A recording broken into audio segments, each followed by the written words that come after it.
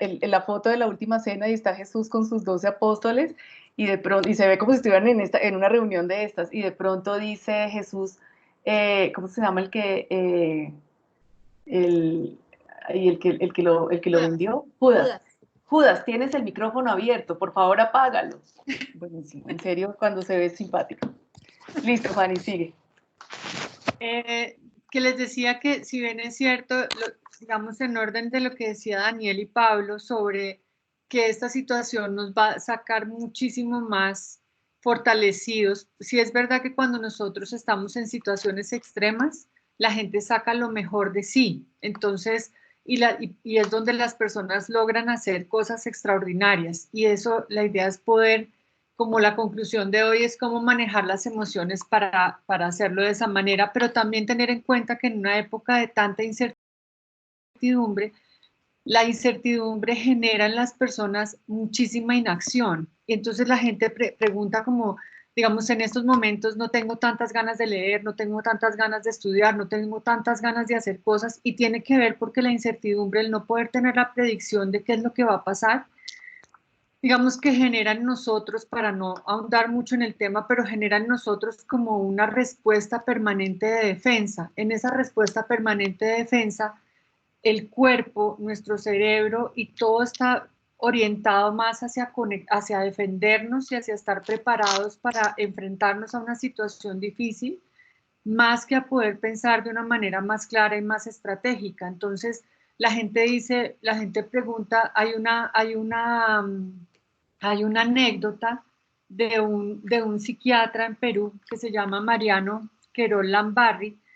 A él lo secuestraron como 3 o 4 semanas unos delincuentes, y él en esas 3 o 4 semanas bajó casi 20 kilos. Entonces la gente dice que pudo haber sido porque lo alimentaron mal, porque sí, porque lo mataron de hambre, y no necesariamente fue la situación. Él después, en el libro que él escribió, él plantea cómo esa situación de incertidumbre hace que el cerebro y que el cuerpo esté más concentrado en unas cosas, digamos, en sobrevivir y en tratar de pensar, en tratar de estar conectado hacia defenderse para poder lograr salir, digamos, de esta situación al otro lado, pero eso lo genera la incertidumbre. Les menciono esto, ¿por qué? Porque la incertidumbre, como ustedes lo mencionaban, es una emoción que está muy presente en este momento, tanto en nosotros como en las personas que tenemos a los lados, o sea, al lado, en nuestras familias, en las personas con las que trabajamos, incluso en los mismos muchachos que ustedes ven en los colegios.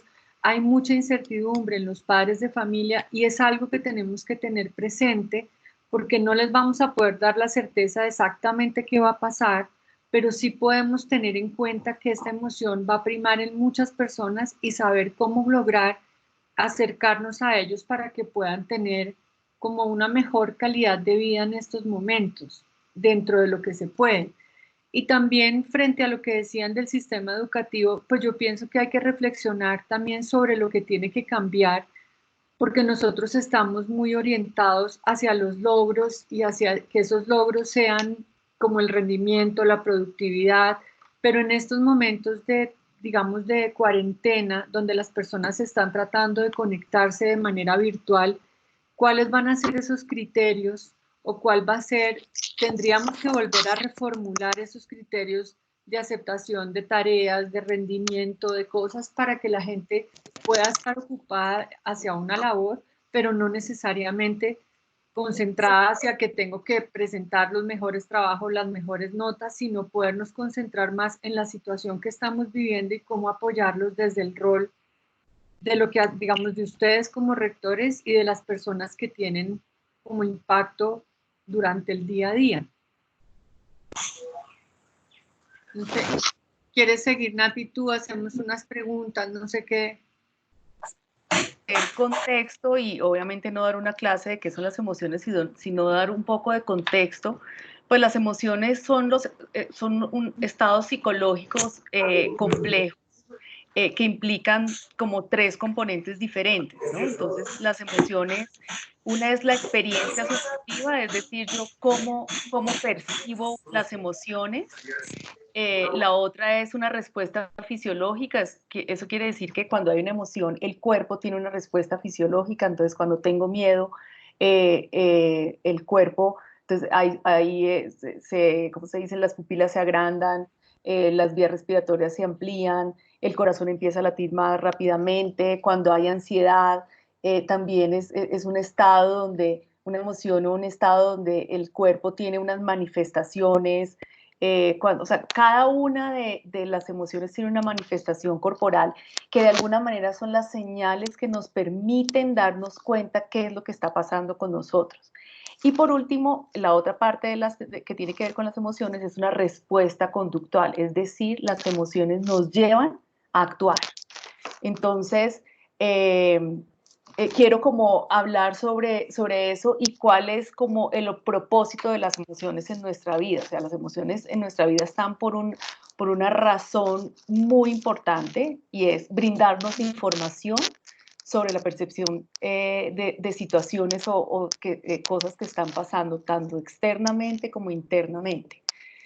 Son como esa alarmita que aparece y nos está diciendo si eso que está pasando está de acuerdo a mis valores, o me gusta, o no me gusta, o me está desafiando, o me está generando miedo. Entonces, nos brindan información muy importante. Tienen otra característica y es que las emociones tienen una función adaptativa y claramente pues yo creo que en este momento nos está pasando a todos, ¿no? Entonces las emociones ayudan a adaptarnos a situaciones nuevas para que estemos tranquilos, es decir, para que podamos fluir y tomar decisiones frente a esas situaciones que se nos presentan. Otra función importante de las emociones es una función social. Y la función social básicamente tiene que ver, que creo que es, ustedes los líderes en educación pues lo tienen muy claro y es facilitar un interrelacionamiento, controlar la conducta de los demás, controlar la conducta propia, es decir, es como lo que nos permite leer las emociones de los demás y actuar en función de ellas para sacar algo provecho, y cuando digo provecho no quiere decir que sea manipulador, sino que yo pueda, por ejemplo, que yo pueda inspirar en los demás algo y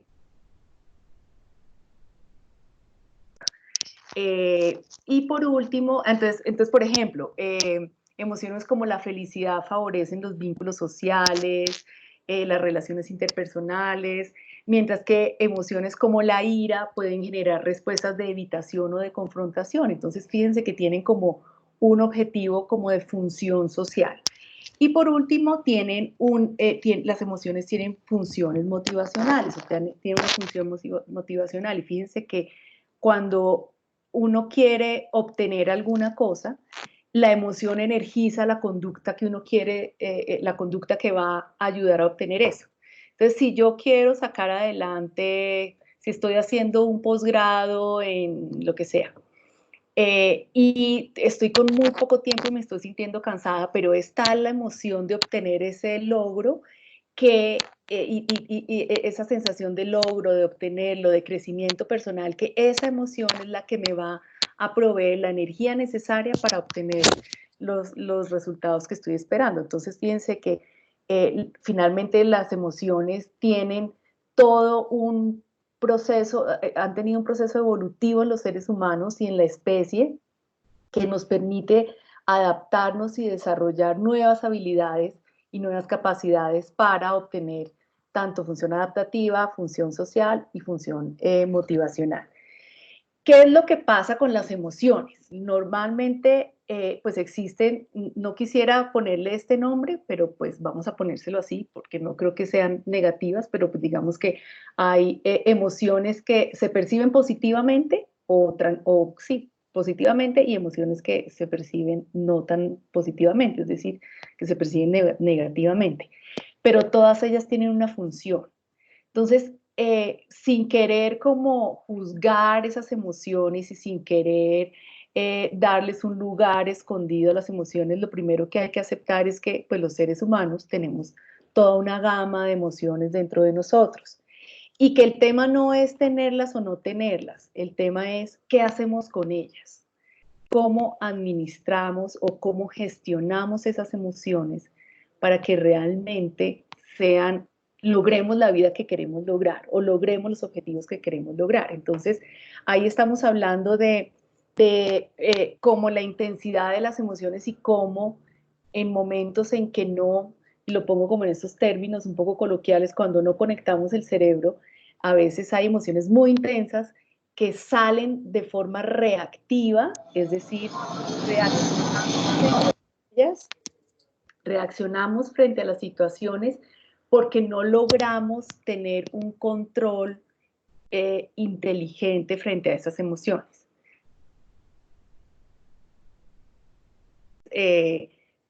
Nos molestamos, nos pasó una situación, estamos en el carro y nos estrellan, y entonces nos asustamos mucho y en ese susto o en esa situación lo que hacemos es que salimos, tiramos la puerta, pegamos un grito, en fin. Eso ahí usualmente son reacciones que no pasaron por un proceso de pensamiento y de elaboración. ¿Eso qué pasa? Pues sí, a veces nos pasa eso, pero lo usual, a lo que debemos apuntar es que normalmente podamos en esos momentos de reacciones fuertes o de emociones que vienen así por situaciones que no esperábamos, pues tener la capacidad de parar, reconocer esas emociones, como reconocer si estoy furioso, estoy inquieto, o estoy molesto, o estoy triste, o estoy melancólico, en fin, como poder ponerle nombre a esa emoción, observar esas emociones, no negarlas. A nosotros históricamente y culturalmente nos enseñaron a muchos, tanto a los hombres como a las mujeres, a que hay emociones que no se pueden expresar. Entonces a los hombres, pues el tema de vulnerabilidad y llorar y eso no se puede hacer. En mi caso, a mí me dijeron que una niña brava no puede hacer, entonces, pues a mí la rabia me la tuve, la tuve escondida durante muchos años hasta que yo dije, no, pues es que uno sí puede sacar la rabia de manera, el tema es cómo uno lo expresa. Entonces, cuando vienen esas emociones, cuando aparecen las emociones que son incómodas para nosotros, pues lo primero es observarlas, aceptar que las tenemos, aceptar que hacen parte de nosotros, aceptar que sí, que uno a veces se pone furioso, iracundo, pues ¿qué hacemos? Que a veces le molestan las cosas, que a veces se pone triste y uno no tiene ni idea por qué.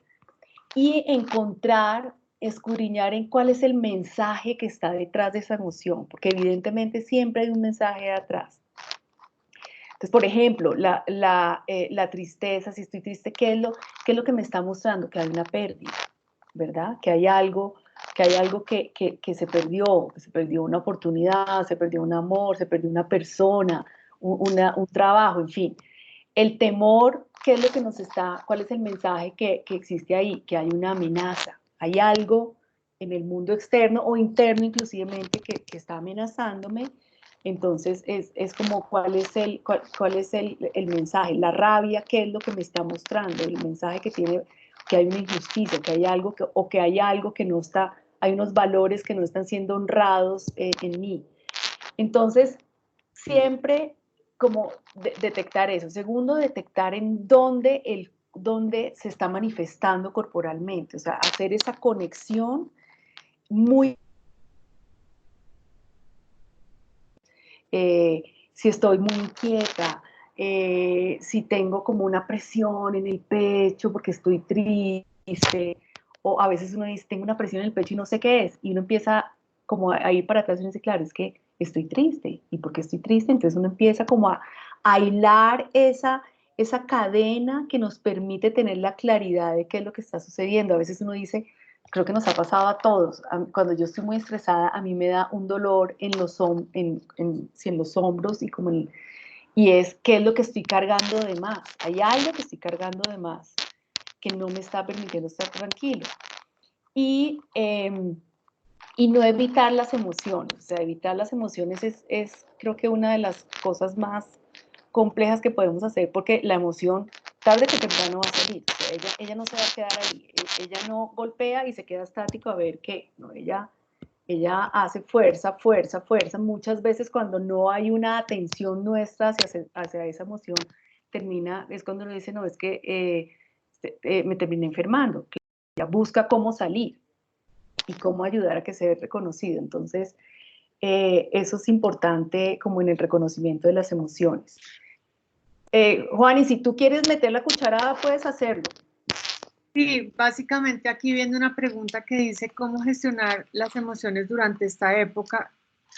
Perdón, para adicionar un poco de lo que tú has dicho, para agregar algo, es que es muy importante validar las emociones. O sea, validar las emociones quiere decir, es normal que nos sintamos de una u otra manera. Cuando expresaba, bueno, ahorita no, cuando expresaba una de ustedes que le genera ansiedad el pensar que hay niños que tienen problemas, que la alimentación la recibían en los colegios, ahorita no, que tiene ansiedad o angustia, le angustia el pensar que llegan a la casa cuando el colegio era su lugar, digamos, más seguro. Pues en este momento o en esta situación es muy importante validar las emociones y normalizarlas. O sea, normalizarlas quiere decir que si en este momento yo tengo angustia, pues es normal tener la angustia por lo que estamos viviendo, porque finalmente no estamos viviendo algo irracional, sino estamos frente a un temor y frente a una situación real que ninguno de nosotros conocemos. Entonces, ¿cómo gestionar las emociones en este momento? Pues uno, validarlas y saber que están ahí y que es normal que se presenten en estos momentos. Como decía Natalia, usualmente a nosotros nos enseñaron que las emociones incómodas son intolerables, y yo tengo que buscar el no sentirlas, yo tengo que buscar un camino para sentirme mejor. Entonces, si yo estoy angustiado es como me quito la angustia, si yo estoy triste, entonces cómo me pongo feliz. Pero en estos momentos, en cualquier momento de la vida, las emociones siempre nos van a enseñar a cómo comportarnos y siempre vamos a poder sacar como provecho, entre comillas, de ellas, y tenemos que aprender a vivirlas. O sea, vivirlas es, si yo tengo miedo, yo puedo compartir con las otras personas y decir, sabe que en este momento estoy angustiada y tengo miedo sobre mi futuro, tengo miedo sobre qué va a pasar con la educación, qué va a pasar con los niños, y poderlas expresar. Cuando nosotros las expresamos y le ponemos un nombre a lo que estamos sintiendo, digamos que de esa manera normalizamos un poco lo que estamos sintiendo, y no es yo voy a dedicarme a ver programas de humor que ayudan en situaciones difíciles, pero no es con el objetivo de tapar y cambiar la emoción, sino la tenemos que sentir, la tenemos que nombrar, y una vez que la tengamos identificada y saber cómo esa emoción opera en nosotros, yo puedo buscar una mejor manera para sentirme de alguna forma donde yo pueda lidiar y tomar otras decisiones frente a la emoción. Pero más básicamente cómo gestionarlas es aprender a vivir con ellas en este momento y saber que a veces si nos vamos a una emoción extrema podemos llegar a lo que hablábamos hace un rato, la incertidumbre nos puede llevar como a ese estrés tóxico donde no vamos a poder salir de eso, sino que tenemos que parar, sentirlo y tomar unas acciones como distintas frente a lo que es importante para nosotros en este momento. Yana, sigue si quieres, porque están 10 minutos. Perdón que las interrumpa. Hace un ratico la rectora María Cristina me pidió la palabra y le dije que se la daba. Entonces, María Cristina. Bueno, buenas tardes, ¿me escuchan? Perdón, el que quiera pedir la palabra me puede escribir en el chat y yo le doy la palabra. Bueno, muy buenas tardes. Mi nombre es María Cristina Murillo, soy rectora de la institución educativa Manos Unidas en la ciudad de Pereira. Viendo y escuchando todo este tema de las emociones, hay un fenómeno que está ocurriendo en este momento, y es la sobrecarga de la información que recibimos cada minuto y cada segundo. Entonces, esa sobrecarga de información, digamos que viene del ambiente por un lado, y nosotros los que trabajamos, la información que nos llega a diario de las secretarías de educación, del Ministerio de Educación, de la Gobernación, de las regiones, de toda parte, donde nos obliga a que se presente una cantidad de interpretaciones que nos puede llevar al miedo, porque el gobierno nacional le interpretamos de una forma, luego viene el gobierno regional y da otras directrices, luego viene el ministerio, luego viene la Secretaría de Educación, y todos nos informan, nos han sacado de esa línea de confort donde los rectores creíamos que teníamos como ese liderazgo y orientábamos a nuestros compañeros. Ahora quedamos todos en el mismo plano, todo es nuevo para nosotros, todos estamos aprendiendo, estamos saliendo de la línea de confort y nos genera un miedo y mucha incertidumbre. Bien, muchas gracias por tu comentario, María Cristina. Yo creo que eso es una realidad muy compleja, tienes toda la razón, que se ha empeorado por las redes sociales, porque es que si antes, o sea, yo creo que el manejo de una situación, de una pandemia, nunca ha pasado, pero seguramente sin redes sociales, pues tendría como todos sus pros y sus contras, ¿no? Yo creo que es importante en esos casos también primero entender que hay como hay una sobrereacción frente a las circunstancias. Entonces la gente está mandando cadenas de WhatsApp que muchas son de mentiras, replicando de forma acelerada todas las noticias, generando conversaciones, en fin, una cantidad de cosas que lo único que genera es mucho agobio, un poco lo que tú dices, como no tengo ni idea para dónde ir, o sea, que estoy como agobiada con tanta información. Yo creo que ahí hay que aprender a cuidarse y a cuidar a los demás. Y cuando yo digo cuidarse y cuidar a los demás, tiene que ver con a qué le presto atención y a qué no. O sea, ahí sí le toca a uno como echar mano del discernimiento y decir, yo le presto, o sea, bastante. Hace poquito, y perdón que hable de una situación mía, pero hace poquito en Facebook alguien puso un post sobre no coronavirus, sino otra cosa de política y como que yo contesté normal, pensé, me imagino que normal, y esta persona me instó como a un poco como a debatir y le dije yo, mira, yo te quiero mucho, eres una persona que respeto mucho, pero en este momento mi energía está puesta en cuidarme, en cuidar a los míos y en mantener mi equilibrio, mi energía y mi amor frente a esa circunstancia. Entonces no me voy a desgastar en esto. O sea, hacer eso es importante, como decir yo en qué me meto y en qué no, qué leo y qué definitivamente no. En un chat en el que estoy mandando una vez una información como todas las que mandan, que generaba un poco de pánico y con todo cariño y respeto le dije a la persona, yo creo que esta información no nos trae para nada tranquilidad, al contrario puede generar angustia, entonces abstengámonos de poner ese tipo de mensajes en los chats. O sea, yo creo que sí es importante como cuidarse y cuidar el medio ambiente. Ustedes tienen un medio ustedes tienen poder en el medio en el que están, mucho poder, y ustedes son un referente importante. Los busca a ustedes para que ustedes les diga, rector, ¿yo qué hago? ¿Qué me pasó? O sea, para todo, no tengo agua, no tengo leche, se me acabó el mercado, mi hijo no sé qué, o sea, para todos ustedes son referente. Y yo creo que ahí ustedes no tienen que demostrar que son los superhombres ni son las supermujeres. Ustedes tienen que demostrar que son unos líderes vulnerables al servicio, pero que no se la saben todas ni todo lo pueden resolver.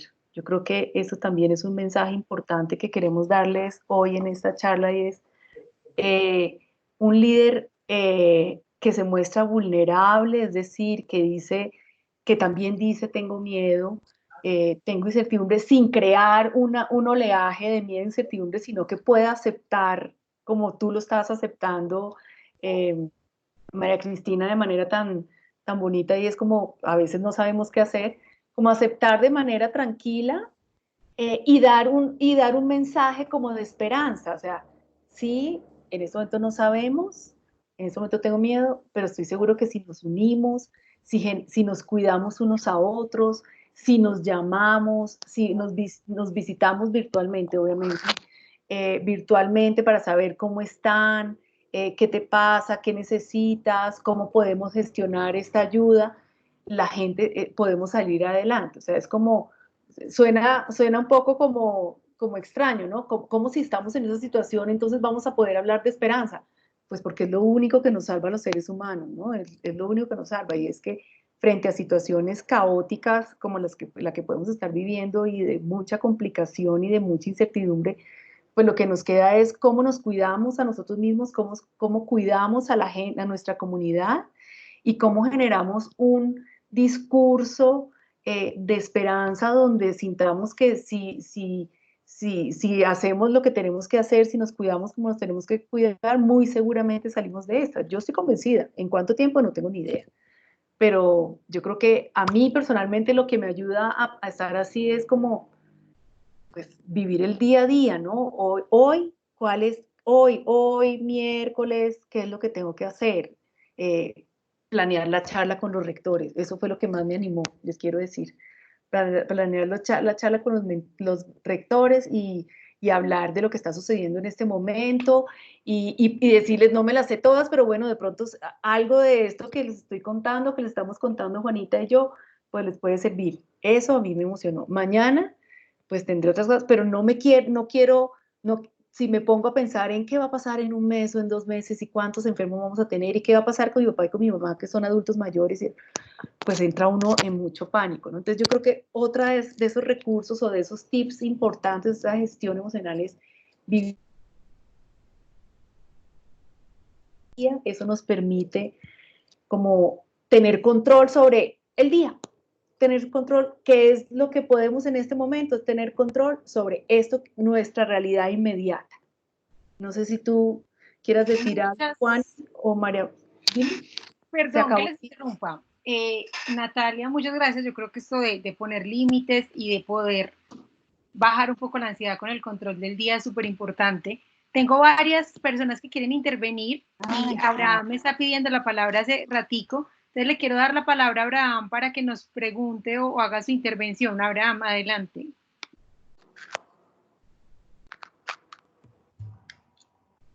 Hola.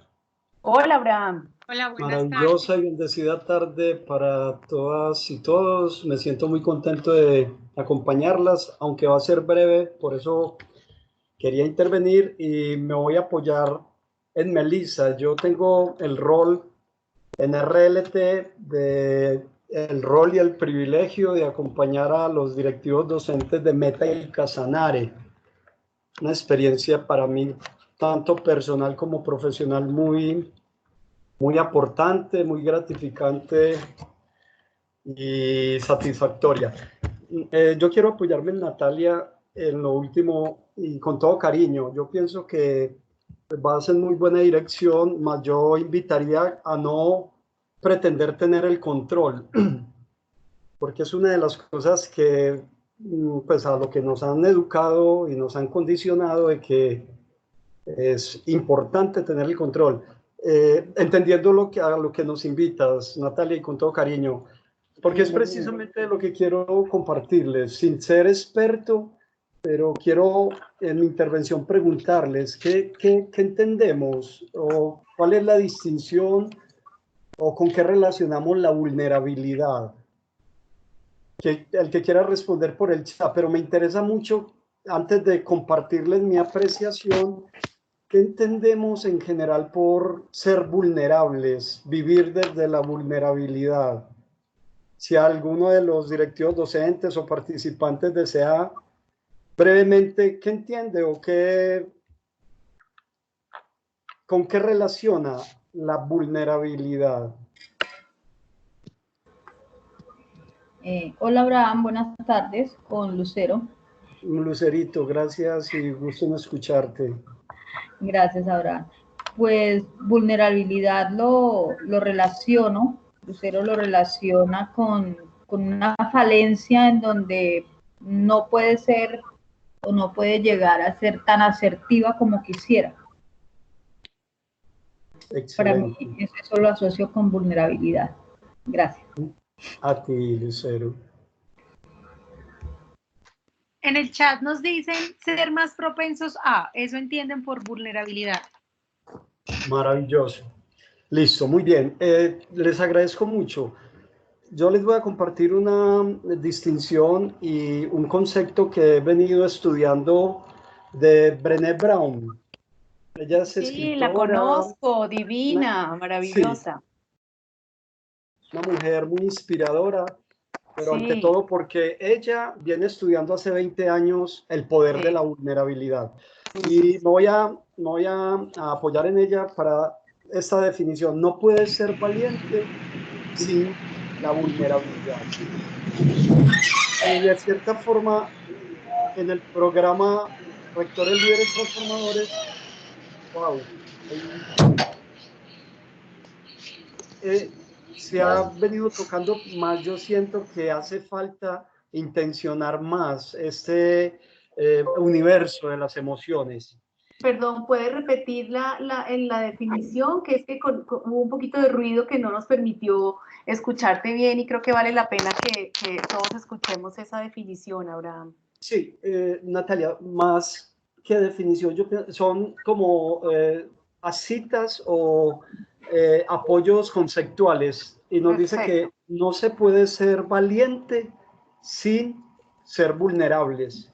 O sea, es un prerequisito ser vulnerables para reconocer la valentía. Y aquí va, la vulnerabilidad no se trata de ganar o de perder. Es tener la valentía para actuar cuando no puedes controlar el resultado. Entonces, por naturaleza somos vulnerables, más la sociedad, el sistema nos ha condicionado a no demostrarnos, a no sacar nuestra vulnerabilidad, a no invitarla en nuestra cotidianidad. La vulnerabilidad no es debilidad, es más bien la forma más precisa de medir la valentía. O sea que la valentía se mide por lo vulnerable que yo esté dispuesto a ser. Ahí se mide la valentía. Entonces voy con esto porque hay que desinstalar definitivamente aprendizajes que nos han condicionado a esa ignorancia emocional. Porque en todo momento, si queremos lograr algo, debemos abrazar la vulnerabilidad. Y lo otro importantísimo, ya para ir terminando mi intervención, es que la vulnerabilidad es el camino hacia el otro, hacia los otros, pero nos da mucho miedo y terminamos lastimándonos mutuamente, precisamente por la incapacidad de declararnos vulnerables. Vea esto, cuando yo abrazo la vulnerabilidad y vivo en el día a día con ella, empiezo a descubrir una serie de emociones y de vivirlas, intensificarlas. Entre ellas, la emoción de el amor. Solo siendo vulnerable, reconozco el amor en mí y en el otro. La pertenencia, tan importante en nuestros días. Y hablo brevemente de la pertenencia. Lo contrario a pertenecer es a encajar, que es a lo que estamos muy acostumbrados, a encajar. Entonces, en el encajar está cómo debo de vestir, cómo me exigen expresarme, qué estilo de vida me exige el sistema o la sociedad. Entonces encajo acomodándome. Y eso me desarraiga de mi propia autenticidad, que es nuestro gran problema, que no nos mostramos como seres auténticos, con máscaras, con corazas, con caretas. Y eso empieza a pesarnos de qué manera que la vida se nos convierte, ya no somos gozantes, sino sufrientes. Ya no fluimos, sino que vivimos muy cargados. Entonces, mi llamado, y lo he insistido, tanto en los intensivos como en los encuentros y espacios de coaching, a procurar llevar como el valor de la vulnerabilidad, solo de que siento de que no tengo todavía pues como la profundidad y la claridad para que los directivos docentes se apropien y vean en esto una gran fortaleza para ellos como personas, como seres humanos, como esposos, padres, hijos, como miembros de una sociedad y amén de líderes transformadores de una institución. Entonces, pues invito para que le sigan la pista a esta gran, es una científica, ella no es desde lo emocional como yo, que me apasiono y sin sustento científico, pero también tengo que decir que lo he aprendido desde mis vidas, porque solo cuando me declaré vulnerable, ver opciones en la vida, en el mundo después de una quiebra y después de unos sucesos muy duros, pero me creía invulnerable. Muchísimas gracias. Oye, Abraham, muchas gracias. No, pues hiciste aquí una exposición muy bonita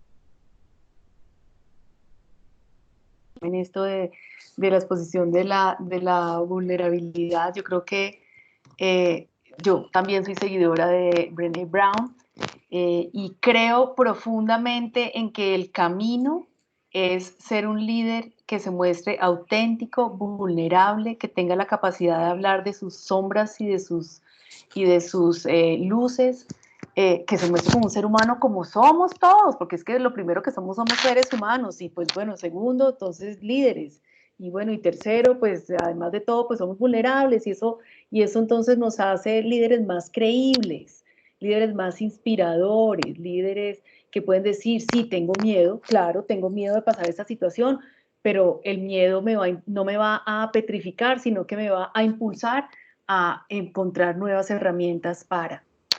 Muy bonito, muchas gracias. Yo creo que también esto tiene mucho que ver con lo que preparamos hoy, Juanita y yo. ¿Alguna otra pregunta que esté por ahí?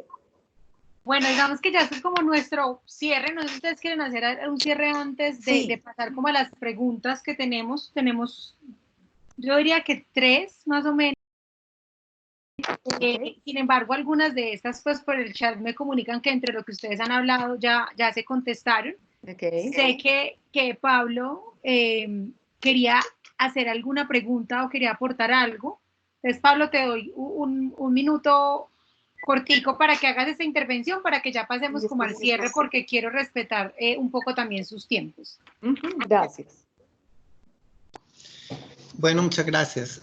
Pues yo quería aportar lo que yo he aprendido también es que el trabajar con las emociones tiene mucho que ver con trabajar con el manejo del pensamiento, o sea, desarrollar lo que uno llama la paciencia, la ciencia de la paz. Aprender a estar en paz es clave. Creo que en esa medida uno puede aprender a ir centrando y dominando y pues a identificando y controlando las emociones. Yo he aprendido que en la medida que uno trabaja ese aspecto, aprende a tener un poco más de inteligencia emocional. Eso es, un minuto. Gracias. Gracias, Pablo. Excelente eso que dices. Exacto. Sí. Bueno,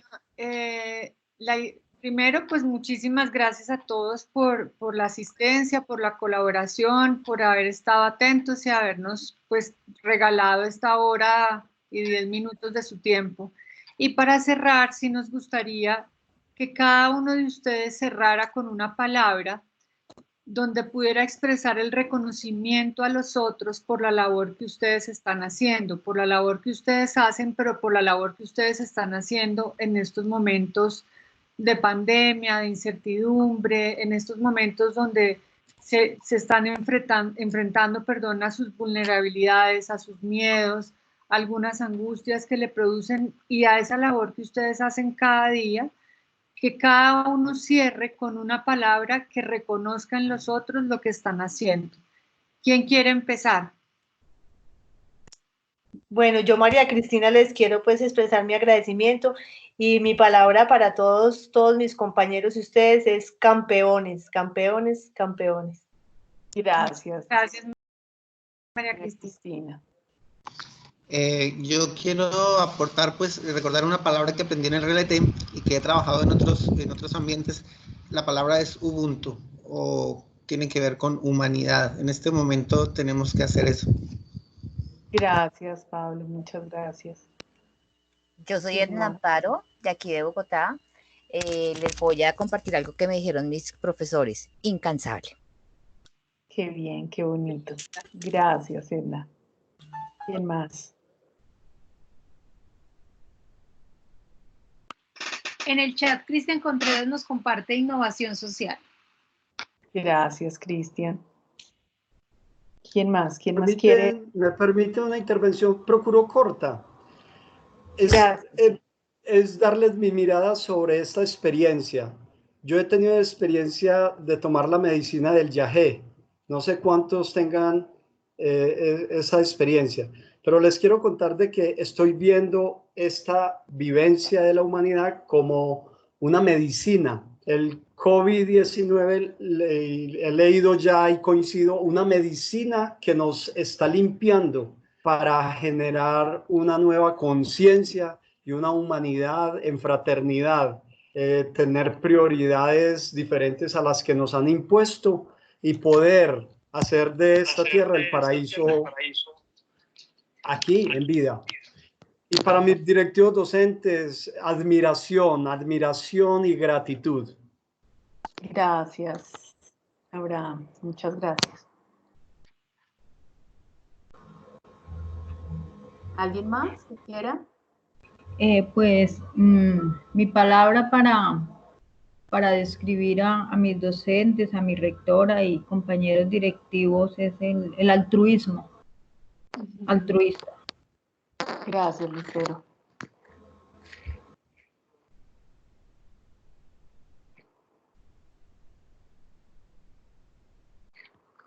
¿Alguien más? Melissa, Juanita. Gratitud, Marlene. Gratitud. Sí. Gracias. Marlene. A ver, buenas tardes. Soy Nelly de Bogotá, rectora en BOSA. Para mí, una palabra, bueno, más que una palabra, una frase, crisis movilizadora, porque nos ha puesto en crisis, sí, pero ha sido una crisis que nos ha movilizado a aprender, a desajustarnos, a retarnos, y creo que los maestros, si bien en Bogotá tenemos muchos recursos, muchas capacitaciones en términos de doctorados, maestrías, acercarnos y perder el miedo a trabajar las TICs es una situación que realmente se venía quedando en los escritos de las tesis y los planes de trabajo. El vernos allá a buscar cómo hacer una reunión Teams, un Zoom, un Classroom, ha sido interesante. En mi caso hay compañeras mayorcitas y pues ha sido muy interesante cómo ellas poco a poco han perdido ese miedo a enfrentar y a preguntarnos. Un trabajo colaborativo en crisis, pero movilizador y emprendedor. Y con respecto a nosotros desde el rol que tenemos, pienso que es un liderazgo retador y en el aquí insertado en el mundo real, ¿sí? Porque eso es, o sea, si nosotros, creo que las visiones que nosotros planteamos en los proyectos educativos institucionales, formar personas ciudadanas, competentes, autónomas, capaces de transformarse a sí mismo y a su sociedad, pues es el momento de verdad de hacerlo. Es en el momento en que de verdad tenemos que flexibilizar nuestros contenidos, las didácticas, los procesos de evaluación y cómo pasar ese trabajo presencial y hacer una transición de una educación apropiada, pertinente desde la no presencialidad y desde un liderazgo presente a través de estos medios y de estas estrategias que ahora nos convocan. Gracias, Nelly. Qué pena interrumpo. Digamos que una pregunta que está ahí y que creo que todos, o un tip que les gustaría conocer a los directivos por las preguntas, es cómo hacemos para ayudar a gestionar esto a nuestras comunidades un poco. Entonces, una de las personas nos hablaba de cómo hago para que mis estudiantes entiendan. Para finalizar, ¿qué les dirían ustedes, Natalia y Juanita? Y gracias por este espacio, para que eso también lo podamos hacer con nuestros docentes y comunidad educativa. ¿Quieres responder algo, Juanis? ¿O quieres que yo responda algo? Digamos que parte, en la línea de lo que estábamos hablando, es, en algún momento mencionábamos, normalizar las emociones, normalizar es como validarle al otro lo que está sintiendo. Entonces, no es decir como todo va a pasar y estemos tranquilos y positivos. No, es normal que tengamos incertidumbre, es normal que tengamos miedo y enseñarles a gestionar de otra manera cómo se presentan o cómo se sienten frente a esos miedos, frente a esas angustias. Porque, por ejemplo, Hay gente mayor que ve noticieros todo el día, por ejemplo, y eso lo que hace es engordar esa emoción de la angustia y de la preocupación. Entonces, ok, es normal que estés asustada, pero como decía Natalia, hay que racionar un poco la información a la que tenemos acceso. Entonces es normalizar, pero también guiar hacia que las personas busquen no sentir las emociones y doparlas, si vale o cabe la palabra aquí, pero sí no engordarlas tanto, no alimentarlas tanto durante todo el día, sino poder que la gente no esté frente a esa situación de alerta constante. Sí, Nati, sigue tú. Gracias.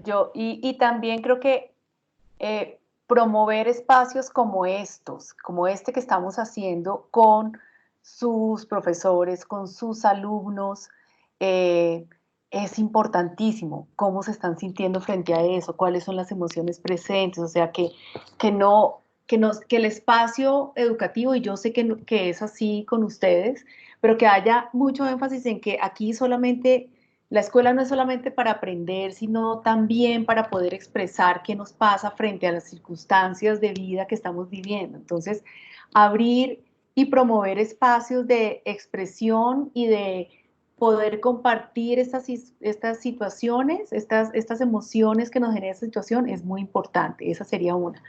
Y la otra, yo creo que generar, que he hecho mucho énfasis en eso, y es generar como prácticas de cuidado unos a otros.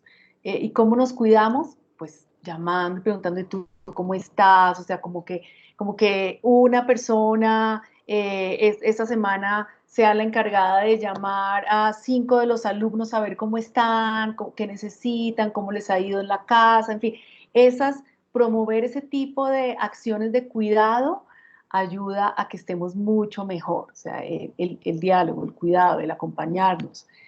Como no podemos salir a visitarlos, pues parece, menos mal tenemos tantos medios de comunicación que nos permiten. Entonces, yo creo que eso, estar muy observadores de cómo está la gente, si sienten que la gente no se está conectando, entonces ahí hay algo que está pasando. Ser muy observadores de cuando la gente está, el ánimo baja, para qué te pasó, cuéntame, o sea, mucha observación y mucho cuidarnos y mucho acompañamiento. O sea, creo que aquí nos va a tocar a todos redoblar como esa capacidad.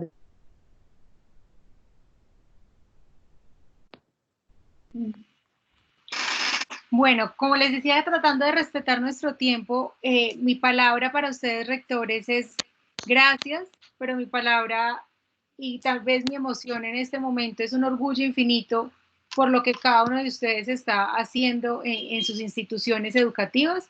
Yo creo que ustedes son esos pilares fundamentales de su institución, y no solamente como el liderazgo, la responsabilidad que esto implica, sino también porque sé que son muy valientes desde la vulnerabilidad, desde la solidaridad que mencionaban ahorita, desde la empatía. Quiero darle infinitas gracias a Juanita y a Natalia por este espacio, por acompañarnos, por todo esto que nos dijeron, que yo creo que alivia mucho lo que estamos sintiendo, pero también nos da muchas ideas de cómo gestionarlo y cómo ayudar a nuestras comunidades. Para finalizar, voy a recordar algunas de las palabras que dijeron, como campeones: humanidad, innovación, incansable, fraternidad, altruismo, gratitud, validación, y lo junto y lo uno porque la educación es la que nos une, y esta es la educación que nos une, y les quiero dar muchas gracias por este espacio. Les cuento que Daniel nos pone héroes, estoy súper de acuerdo con Daniel. Héroes también es una palabra que describe a este equipo y a este grupo, y sobre todo a esta red. Vamos a seguir teniendo estos espacios, vamos a seguir teniendo invitados, vamos a tener una página donde ustedes pueden encontrar como todo esto que aprendimos hoy, la grabación más las conclusiones que con el equipo de la Fundación vamos a recoger. Y digamos que este espacio es de ustedes y para ustedes, y queremos que ustedes sean los que nos se motiven a participar y nos den ideas de qué es lo que necesitan y cómo podemos apoyarlos. Entonces, la campaña La Educación que nos une de la Fundación estará realizando estos webinars. La próxima semana, el miércoles a las 3 de la tarde, tendremos uno sobre el tema de el tiempo en casa y cómo usar muy bien el tiempo en la casa. Les estaré compartiendo la invitación. Esta invitación es también para que la hagan extensiva a las familias de sus comunidades educativas. pues porque se vienen 2 días, pues que vamos a estar de alguna forma como sin trabajo, sin colegio, pero vamos a estar todos en la casa. Entonces, ¿cómo usamos ese tiempo de forma, pues en calidad con nuestros hijos y nuestros familiares? Para mí, esto es una gratitud inmensa. Les doy un aplauso para no hacer mucho ruido, y de verdad es mi admiración profunda por cada una de ustedes, por cada uno de ustedes, y mi gratitud infinita a Natalia y a Juanita. Muchas gracias. No, muchas gracias. Gracias a ti por la oportunidad y la invitación. Mil gracias. Y por favor, vuélvanos a invitar. Claro que sí. Gracias, igualmente. Bueno, Muchísimas gracias. Nos vemos el miércoles. Que estén muy bien, directivos docentes. Saludos a todas sus comunidades educativas. Perfecto, Ok, gracias. vale. Dios los bendiga a todos.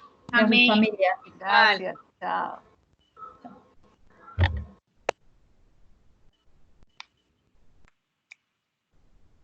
¿Nos salimos? ¿Qué hacemos?